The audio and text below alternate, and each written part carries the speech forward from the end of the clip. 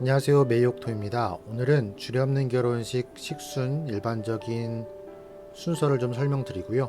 또 이걸 어떻게 변형할 수 있는지 전체적인 흐름을 짚어보도록 하겠습니다. 먼저 주례 없는 결혼식을 처음 접하는 분들은 주례가 없이 어떻게 결혼식을 하나 좀 궁금할 수도 있는데요. 일반적인 결혼식 식순 먼저 알려드리겠습니다. 자, 제일 먼저 사회자 개식 선언이 있겠죠.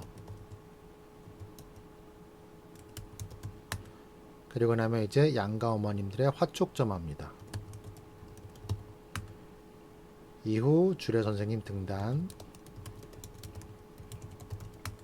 그리고 신랑 입장, 신부 입장, 그리고 이제 신랑 신부 맞절, 혼인서약서. 혼인서약서가 뭐냐면 주례 선생님이 신랑 신부한테 묻는 거죠. 신랑 홍길동군은 신부 성춘향량을 아내로 맞아 어쩌고 저쩌고 맹세합니까? 네. 이렇게 답하는 걸 혼인서약서라고 합니다. 앞으로 하나하나 짚어나갈 거니까 오늘은 그렇게 크게 신경 써서 알지 않아도 됩니다. 혼인서약서 낭독, 그리고 성혼선언문, 그리고 주례 선생님 주례사. 끝나고 나면 이제 양가 부모님께 인사죠. 그리고 내빈께 인사.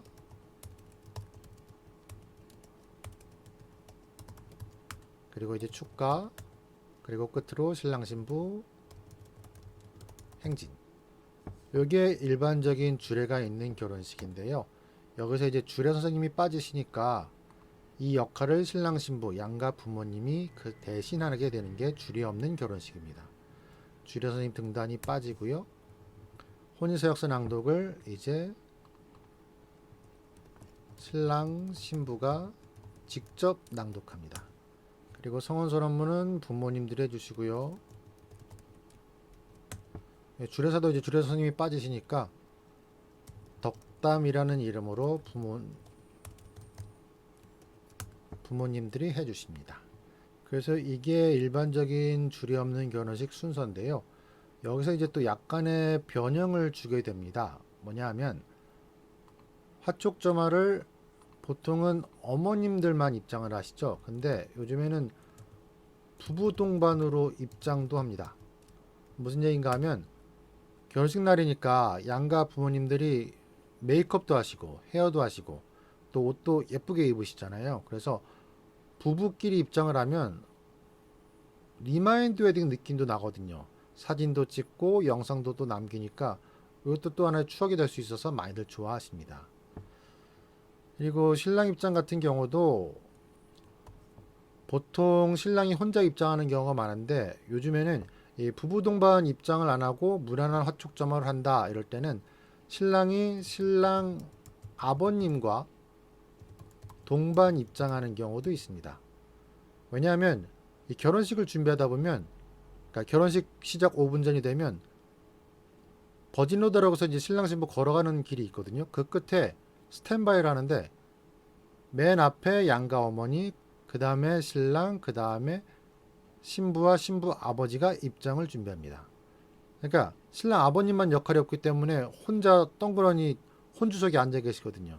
그래서 이제 그런 것들도 좀 방지하고자 신랑 아버님이 신랑님이랑 같이 입장하는 경우도 있습니다. 그리고 좀 외향적인 신랑님들은 노래하면서 입장하기도 해요. 그리고 이제 신부 입장 같은 경우도 예전에는 무조건 신부는 신부 아버지와 입장을 했었잖아요. 근데 요즘에 좀 바뀌었습니다. 아버지가 계시더라도 신부님이 단독 입장하는 경우도 있고요.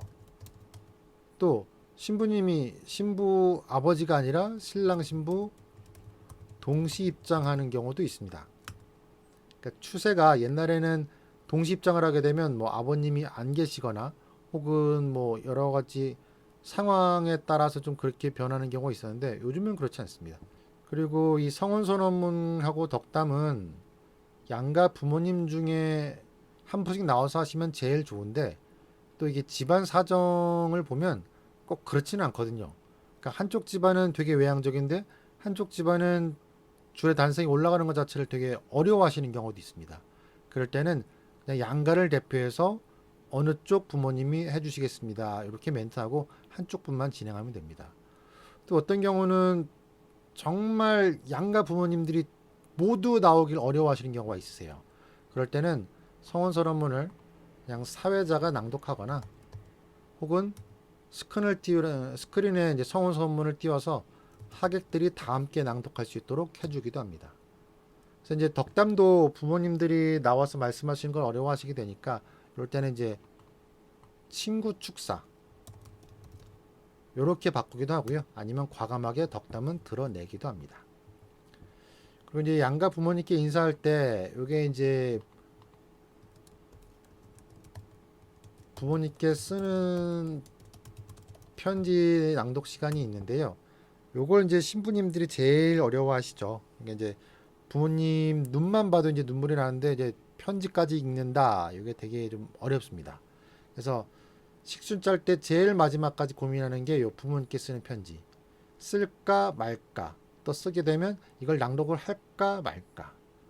그래서 보통 이제 신부님들이 큰맘 먹고 이제 낭독을 하시다가 중간에 이제 한번 울음을 터뜨리시거든요. 그러면 이제 중간에 이제 박수를 유도해서 좀 분위기를 좀 진정시키고 다시 낭독을 이어가게 되는데 신부님이 2번 정도 울면 그 다음은 거의 못 읽는다고 보면 됩니다. 그래서 그럴 때는 이제 신랑님이 대신 읽어주면 돼요. 그리고 어떤 경우는 도저히 못 읽겠는데 신랑 신부님이 또 편지 쓰는 걸 하고 싶어하는 경우도 있어요. 그럴 때는 이제 크로스 편지라고 하거든요. 신랑은 장인 장모님께, 신부는 시부모님께. 이제 직계 부모님이 아니다 보니까 약간 다짐의 형식이기 때문에 조금은 쉽게 편지를 읽을 수 있습니다.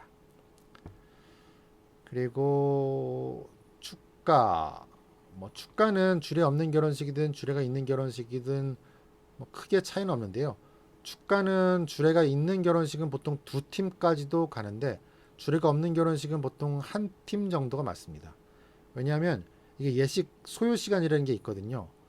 일반 결혼식하고 다르게 주례 없는 결혼식은 이렇게 이제 여러 사람이 등단하고 또 멘트하는 부분이 많기 때문에 소요 시간이 많이 소요가 됩니다. 그래서 2곡 정도 하시게 되면 1시간 간격 웨딩홀이라고 하거든요. 11시 타임, 12시 타임, 1시 타임 이렇게 빠듯하게 돌아가는 웨딩홀들은 거의 2곡 못하게 합니다. 그나마 이제 1시간 반 타임, 그러니까 11시 예식 있으면 그 다음이 12시 반, 그 다음이 2시 이런 예식은 좀 사정을 봐주는데 1시간 타임 간격에서는 2곡 한다 그러면 1절씩만 하시라고 이제 압박을 줍니다. 그만큼 이제 좀 예식 소요 시간을 감안을 해야 되거든요. 그래서 축가는 2팀이다. 그러면 한 1절씩만 하시는 걸 권해드리겠습니다. 그리고 저는 죽어도 2절까지 다 하고 싶어요. 이럴 때는 다른 식수를 좀 줄이거나 아니면 축가를 순서를 찢을 수도 있겠죠. 이를테면 한 곡 축가는 여기다 하고 또 다른 축가는 보통 개식 선언 전에 식전 영상을 틀죠. 그때 오프닝 축가를 한 곡 넣는 거죠. 그래서 이렇게 되면 오프닝 축가는 예식 시간에 추가는 안 되거든요. 그래서 이제 오프닝 축가를 한 사람이 부르면 되긴 하는데 그럼 이제 대신에 이 친구는 조금 맨땅에 헤딩이죠. 신랑 신부도 없고 아무도 없는데 본인이 오프닝을 해야 되니까 좀 부담감이 클 수는 있습니다. 아니면 중간에 축가를 넣을 수도 있는데 혼인사역 끝나고 예물 전달식을 하는데 요때 축가를 부르면서 들어오면 됩니다. 그러니까 버진로드라고 그러거든요. 신랑 신부 걸어 들어오는 길을 축가 부르시는 분이 한 손엔 반지 들고 한 손엔 마이크 들고 노래하면서 들어오면서 자연스럽게 뮤지컬 형식으로 이어가면 되겠죠. 그래서 이런 식으로 예식 소요 시간에 따라서 축가가 2팀 이상이다 하면 이렇게 좀 변형을 주는 것도 하나의 방법입니다. 그래서 오늘은 주례 없는 결혼식 일반적인 식순 그리고 어떻게 변형을 하면 되는지 알려드렸는데요. 앞으로 각 식순별로 좀 더 상세하게 제가 동영상으로 설명을 드리도록 하겠습니다. 오늘 첫 영상이라서 버벅임도 많았고 또 어떻게 설명을 드려야 될지 좀 어려움이 많았는데요. 앞으로 좀 더 효율적으로 효과적으로 내용을 전달할 수 있도록 더 노력하도록 하겠습니다. 오늘 영상은 여기까지고요. 끝. 끝까지 시청해주신 여러분 감사합니다.